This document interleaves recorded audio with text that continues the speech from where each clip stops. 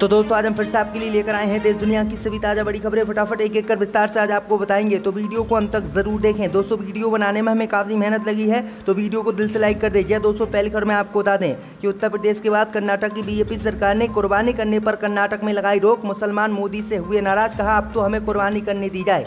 वहीं आपको बताएंगे दोस्तों की पटना में काली पोस्टर विवाद और महुआ मोइत्रा पर एफआईआर कराने पहुंचे भाजपा नेताओं को दरोगा ने थाने से भगाया कर दी। पटना में बीजेपी की घोर बेइज्जती। वहीं आपको बताएंगे दोस्तों की बंद हुई लालू यादव की बॉडी में मूवमेंट, राबड़ी देवी ने लोगों से की दुआ करने की अपील। वहीं आपको बताएंगे दोस्तों की ज्ञानव्यापी प्रकरण में मुस्लिम के प्रवेश पर मस्जिद में रोक लगाने पर आज कोर्ट में सुनवाई। हिंदुओं को मस्जिद सौंपने की हिंदू संगठनों ने की है मांग। वहीं आपको बताएंगे दोस्तों कि हिंदू देवी देवताओं का मजाक उड़ाने वाली डायरेक्टर का बयान, बोली भारत नफरत की सबसे बड़ी मशीन, मुझे यहाँ पर लग रहा है डर। वहीं आपको बताएंगे दोस्तों कि अल्ट न्यूज के मोहम्मद जुबैर को सुप्रीम कोर्ट ने दी जमानत, लेकिन फिर भी जेल से नहीं आएंगे बाहर। वहीं आपको बताएंगे दोस्तों कि बकरा ईद के मौके पर बिजली चेकिंग के नाम पर छेड़छाड़ की गई तो अंजाम अच्छा नहीं होगा, शफीकुर रहमान बर्क ने पुलिस को दी धमकी। तो दोस्तों सभी खबरों को आपको एक एक कर बताने वाले हैं। वीडियो को लाइक कर चैनल को सब्सक्राइब कर दें और हमें कमेंट करके बताएं कि आपके जिले किस राज्य से हमारी खबरों को देख रहे हैं।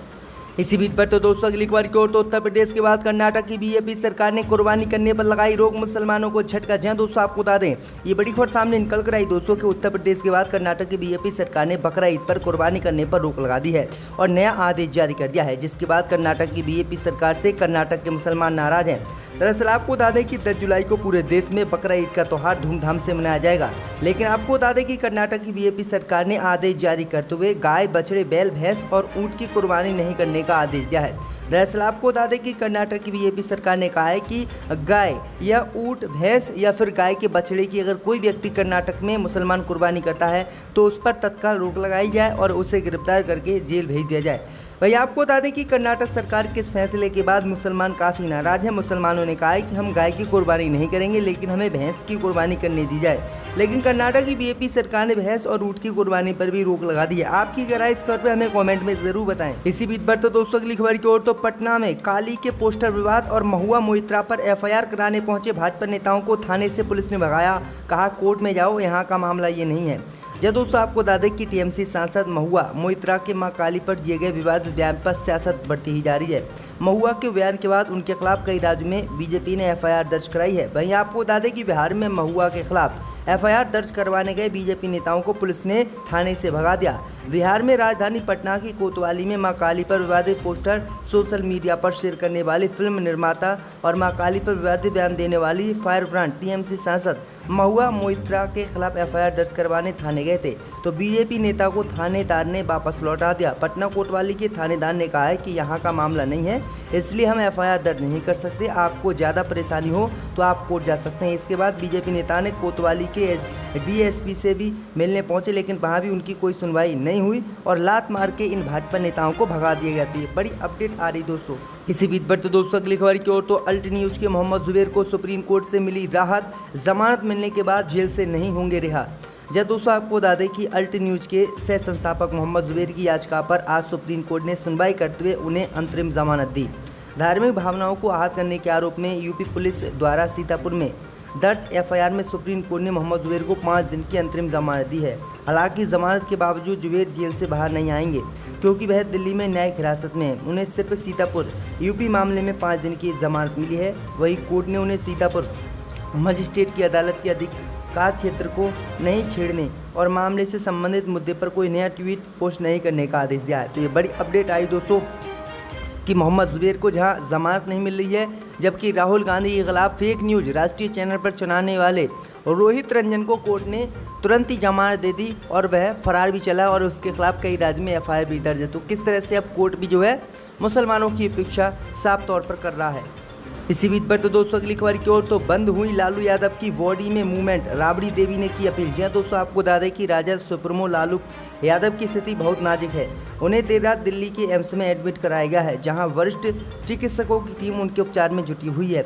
इससे पहले उन्हें पटना के एक प्राइवेट हॉस्पिटल में एडमिट कराया गया था। बुधवार रात उन्हें एयर एम्बुलेंस से दिल्ली लाया गया है। दरअसल आपको बता दें कि 2 दिन पहले लालू यादव अपनी पत्नी राबड़ी देवी के आवास पर सीढ़ियों से गिर गए थे, जिससे उनके शरीर में 3 स्थान पर फ्रैक्चर हुआ है। वह पहले से ही कई रोगों से जूझ रहे थे। ऐसे में चोट की वजह से उनकी हालत खराब हो गई है। लालू यादव के दिल्ली पहुंचने के पश्चात उनके बेटे तेजस्वी यादव ने बताया है कि लालू यादव के बॉडी में कोई भी मूवमेंट नहीं हो रहा है और लालू यादव की नाजुक बहुत ज़्यादा हालात है। तो ये बड़ी अपडेट आई दोस्तों कि लालू यादव का बहुत ज़्यादा जो है गंभीर स्थिति बनी हुई है और देहांत भी उनका हो सकता है। तो ये बड़ी अपडेट आई दोस्तों। इसी बीच पर तो दोस्तों अगली खबर की ओर तो ज्ञानव्यापी मस्जिद को लेकर मुस्लिमों के प्रवेश पर रोक लगाने की अर्जी पर आज सुप्रीम कोर्ट कर रहा है सुनवाई। हिंदुओं को परिसर सौंपने की हुई है मांग। जब दोस्तों आपको बता दें कि ज्ञानव्यापी मस्जिद हिंदुओं को सौंपने और इसमें मुस्लिम पक्ष के प्रवेश पर प्रतिबंध समेत 3 बिंदुओं पर सिविल जज की कोर्ट में दाखिल याचिका पर सुनवाई हो रही है। पिछली तिथि पर मुस्लिम पक्ष के अधिवक्ता ने याचिका की कॉपी वादी अधिवक्ता से प्राप्त की थी ताकि याचिका पर जवाब दाखिल किया जा सके। दरअसल आपको बता दें कि विश्व वैदिक सनातन संघ की महासचिव और आदि विश्वेश्वर की वाद मित्र किरण सिंह, वादी विकास साह व विधा चंद ने सिविल जज रवि कुमार दिवाकर की अदालत में 77 पेज और 122 पैरा में वाद दिया था। उसमें मांग की गई थी कि मुस्लिम पक्ष को ज्ञानव्यापी परिसर में प्रवेश से प्रतिबंधित किया जाए, ज्ञानव्यापी परिसर हिंदुओं को पूजा पाठ करने के लिए सौंपा जाए और भगवान आदि सुवर की प्रतिदिन पूजा अर्चना तत्काल शुरू की जाए। अब यहाँ आपको बता दें कि आज इसी मामले पर कोर्ट सुनवाई कर रहा है। अब देखते हैं कि ज्ञानव्यापी मस्जिद को हिंदू पक्ष को कोर्ट सौंपता है या फिर मुस्लिम पक्ष को। इसी बीच पर तो दोस्तों अगली खबर की ओर तो हिंदू देवी देवताओं का मजाक उड़ाने वाली डायरेक्टर का बयान, कहा भारत नफरत की सबसे बड़ी मशीन, मुझे यहाँ लग रहा है डर। जब दोस्तों आपको बता दें ये बड़ी खबर सामने निकल कर आई दोस्तों कि हिंदू देवी देवताओं का अपमान करने वाली फिल्म लेकर लीना ने एक नया ट्वीट किया है जो चौंकाने वाला है। दरअसल आपको बता दें कि नए ट्वीट में भगवान शिव और देवी पार्वती का मजाक उन्होंने बनाया है और उन्होंने कहा है कि भारत नफरत की सबसे बड़ी फैक्ट्री है और मुझे यहाँ पर डर लग रहा है क्योंकि यहाँ पर आरएसएस और हिंदू संगठन मेरे खिलाफ कार्रवाई की मांग कर रहे हैं और मुझे जान से भी मार सकते हैं, इसलिए मुझे यहाँ पर डर लग रहा है, सरकार मुझे सुरक्षा दे। तो ये बड़ी अपडेट आ रही दोस्तों। इसी बीच पर तो दोस्तों अगली खबर की ओर तो सपा सांसद शफीकुर रहमान बर्क ने पुलिस को दी चेतावनी, कहा बकरा ईद के मौके पर बिजली चेकिंग के नाम पर छेड़छाड़ की तो अंजाम अच्छा नहीं होगा। या दोस्तों आपको बता दें कि यूपी के संभल में समाजवादी पार्टी के सांसद शफीकुर रहमान बर्क ने पुलिस पर हमले के आरोपी नॉनवेज होटल संचालक की पैरवी के बयान के बाद अब बिजली विभाग के अफसरों को धमकी दी है। इसके साथ ही सपा सांसद ने बीजेपी पर कई गंभीर आरोप लगाए हैं।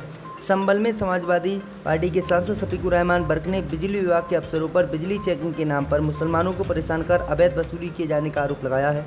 सपा सांसद शफीकुर रहमान ने बिजली विभाग पर भड़कते हुए बिजली अफसरों को धमकी भी दी है। सपा सांसद ने कहा कि अगर बकरा ईद के मौके पर बिजली चेकिंग के नाम पर छेड़छाड़ कर परेशान करने की कोशिश की गई तो अंजाम अच्छा नहीं होगा। सपा सांसद ने यह भी कहा कि शहर का माहौल खराब करने की कोशिश की जा रही है, लेकिन वह ऐसा नहीं होने देंगे, चाहे उन्हें इसके लिए अपने खून की कुर्बानी ही क्यों ना देनी पड़े। सपा सांसद शफीकुर रहमान बर्क ने बीजेपी पर आरोप लगाया। उन्होंने कहा कि बीजेपी के इशारे पर मुसलमानों को परेशान करने के लिए रोजाना 24 घंटे बिजली चेकिंग कराई जा रही है। तो ये बड़ी अपडेट आई दोस्तों कि मुसलमानों को अब उत्तर प्रदेश में त्यौहार तलक ठीक से नहीं मनाने दिया जा रहा है। आपकी क्या राय इस पर हमें कमेंट में जरूर बताएं। इसी बीच पर तो दोस्तों अगली खबर की ओर तो राज बब्बर को एमपी एमएलए कोर्ट ने सुनाई 2 साल की सजा, 28 साल पुराना है मामला। जब दोस्तों आपको बता दें कि अभिनेता से नेता बने राज बब्बर को गुरुवार काके एमपी एमएलए कोर्ट ने 2 साल की सजा सुनाई है। कोर्ट ने 28 साल पुराने मामले में सपा नेता को ये सजा सुनाई है। 28 साल पहले हुए विधानसभा चुनाव के दौरान पोलिंग बूथ पर मतदान अधिकारी और वहां मौजूद अन्य लोगों के साथ मारपीट करने के मामले में तत्कालीन सपा प्रत्याशी रहे राज बब्बर को एमपी एमएलए कोर्ट ने 2 साल की सजा सुनाई। हालांकि इस आदेश के थोड़ी ही देर में राज बब्बर को अंतरिम जमानत मिल चुकी है और वह जेल से बाहर है। तो ये बड़ी अपडेट आई दोस्तों। इसी बीच पर तो दोस्तों अगली खबर की ओर तो ओपी राजभर की नाराजगी फिर हुई सार्वजनिक, बोले अखिलेश को अब हमारी जरूरत नहीं। जब दोस्तों आपको बता दें कि सपा प्रमुख अखिलेश यादव और सपा अध्यक्ष ओपी राजभर के बीच सब कुछ ठीक नहीं चल रहा है। आजमगढ़ और रामपुर में मिली हार के बाद ओपी राजभर का अखिलेश पर वार और पलटवार के बाद गुरुवार को नया मामला सामने आया है। राष्ट्रपति चुनाव को लेकर लखनऊ में हुई विपक्षी बैठक में सपा प्रमुख ओपी राजभर को नहीं बुलाने से एक बार गठबंधन में दरार दिखाई दी है। राजभर ने बैठक में नहीं बुलाने पर नाराजगी जताते हुए कहा है कि अखिलेश यादव ने उन्हें बैठक में आने का निमंत्रण नहीं दिया। लगता है कि अखिलेश को अब उनकी जरूरत नहीं है। राजभर ने कहा है कि वह सपा के साथ गठबंधन में है। गुरुवार को सपा कार्यालय में यशवंत सिन्हा के साथ हुई बैठक में अखिलेश यादव ने रलौत के जन चौधरी और कांग्रेस नेताओं को बुलाया, लेकिन उन्हें क्यों नहीं बुलाया ये समझ से परे है। राष्ट्रपति चुनाव में उनकी पार्टी किसके साथ होगी इस पर फैसला अगले 1-2 दिन में लेंगे। हालांकि उन्होंने ये भी कहा है कि अभी चुनाव के संबंध में भाजपा से भी किसी ने उनसे संपर्क नहीं किया है। रामपुर और आजमगढ़ लोकसभा उपचुनाव में सपा के जबरदस्त हार के बाद से ही राजभर और अखिलेश के बीच तनातनी दिख रही है। राजभर ने उपचुनाव में सपा की हार का ठेकर सीधे अखिलेश यादव पर फोड़ दिया था। उन्होंने यहां तक कह दिया कि वर्ष 2022 के विधानसभा चुनाव की हार से अखिलेश यादव ने कोई सीख नहीं ली है।